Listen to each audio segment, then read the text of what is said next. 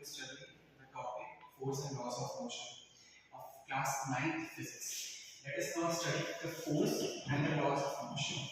Force and laws of motion. So first of all, we should understand what the motion is. What motion is. Motion is nothing but a change in the coordinates. And I hope that we all know about the coordinates. Coordinates are nothing but the position of an object. Let us suppose on 2D is x and y. Although we know that there is a 3D structure, but let us suppose we are given a 2D structure that's supposed to be an x and y axis. The 0, 0 is the axis where they both intersect. Let us suppose an object is staying here at 0, 0 and it is moved at one distance apart on the x-axis. So what will be the new coordinate of the object? That is 1, 0. Now let us alone take the place an object is moved to the next place, that is 1, 1. So the new position of an object is 1, 1. Here you can see that the initial position of an object before motion, x was 0, y is 0.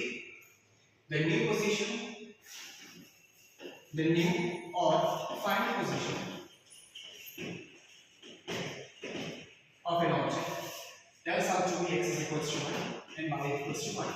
That means there is a change in the coordinates. If there is a change in the coordinate, it turns out to be the motion. If there is no change in the coordinate, then it turns out to be rest.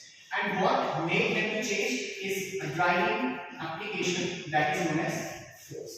And force is nothing but a byproduct of the Newton's second law of motion. So we have 3 laws of motion.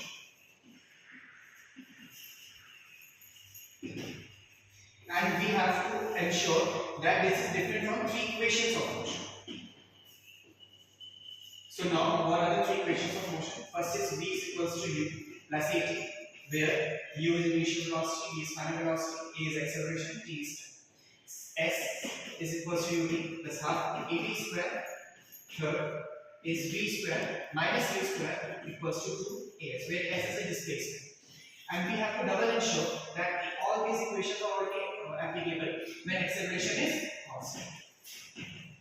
When acceleration is constant. Now the question may arise, what if the acceleration is not constant? So if the acceleration is not constant, then there are various types of acceleration. Let us suppose instantaneous acceleration. What is instantaneous acceleration? At a particular point, if we want to calculate the acceleration of the body, that turns out to be instantaneous acceleration. Now let us move again to the topic. The first very law of the motion, the first very law of the Newton's law of motion is, if a body is at the rest or a state of uniform motion, it will remain at their default position. Second law is very important. What the second law tells us?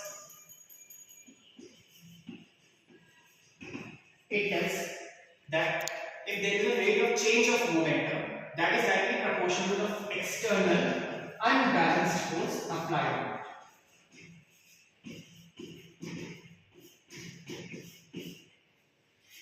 Any quantity which is in the derivative of time turns out to be 0.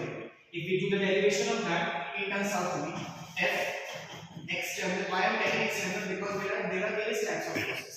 External and unbalanced. Why I am telling it unbalanced? Because if the force is balanced, then the object will not move. And to move the object, it should be unbalanced.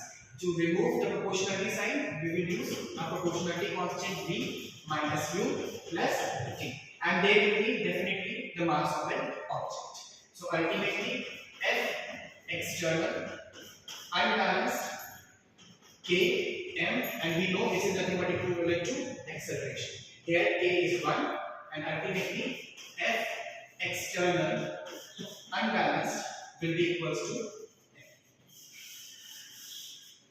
So this equation is very useful when we deal with the numerical problem as well as to the standard concept. Thank you.